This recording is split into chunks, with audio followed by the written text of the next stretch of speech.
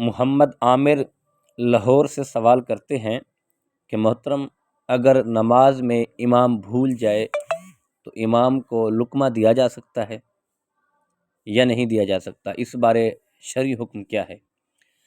السلام علیکم ورحمۃ اللہ وبرکاتہ۔ محترم، آپ نے بہت اچھا سوال پوچھا ہے۔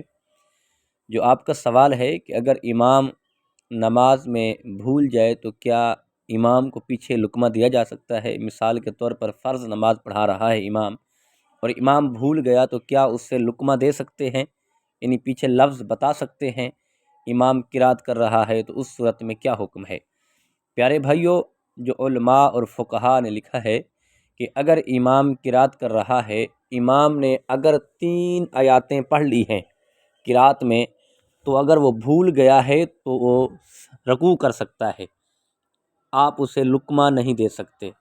ہاں، اگر امام نے 3 آیاتیں نہیں پڑھی، وہ بھول گیا ہے، اس سے آگے نہیں پڑھا جا رہا، تو بعض نے یہ بھی لکھا ہے اور وہ صورت چھوڑ کر دوسری کا انتخاب کر سکتا ہے، پڑھ سکتا ہے۔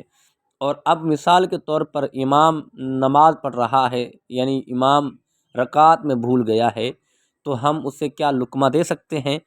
اور یہ بھی یاد رکھیے گا، آپ فرض نماز میں امام کو لقمہ فقط اللہ اکبر کا دے سکتے ہیں، اور قرات میں کسی قسم کا کوئی لفظ نہیں بتا سکتے، یہ حکم نہیں ہے۔ اور قرات میں اگر پیچھے لقمہ دینے کا حکم ہے کہ وہ نماز تراویح میں ہے بس، باقی آپ کسی نماز میں لقمہ نہیں دے سکتے۔ مثال کے طور پر کوئی شخص پیچھے سے آیا ہے، ابھی نماز میں شامل بھی نہیں آیا، کہ اسے پتہ ہے کہ امام بھول گیا ہے، وہ آتے ہوئے پیچھے لقمہ دے دے، تو اس صورت میں اس کی بھی نماز چلی جائے گی، اور امام کی بھی، لقمہ امام نے لے لیا تو امام کی نماز بھی چلی جائے گی۔ ہاں، لقمہ وہ دے سکتا ہے کہ جو نماز میں شریک ہے اور نماز میں اس نے نیت باندھی ہوئی ہے، نماز میں شامل ہے۔ اور ہمارے بعض لوگ بیٹھے رہتے ہیں، پیچھے باتیں کرتے رہتے ہیں، فلاں کاروبار کیسے چل رہا ہے، فلاں کیسے ہو رہا ہے، یعنی فلاں بیماری کے معاملات ہیں، فلاں ہیں، یہ ساری باتیں کرتے رہتے ہیں۔ جیسے ہی دیکھتے ہیں کہ امام رکوع میں جا رہا ہے تو فوراً اٹھ کر، اور امام بھول گیا تو فوراً جا کے شامل ہو جاتے ہیں۔ اور ہمیں امام کے ساتھ تکبیر اولیٰ کے ساتھ شامل ہونا سب سے افضل ہے۔ اللہ ہمیں صحیح اور اچھے طریقے سے نماز پڑھنے کی توفیق عطا فرمائے۔ اللہ سب کو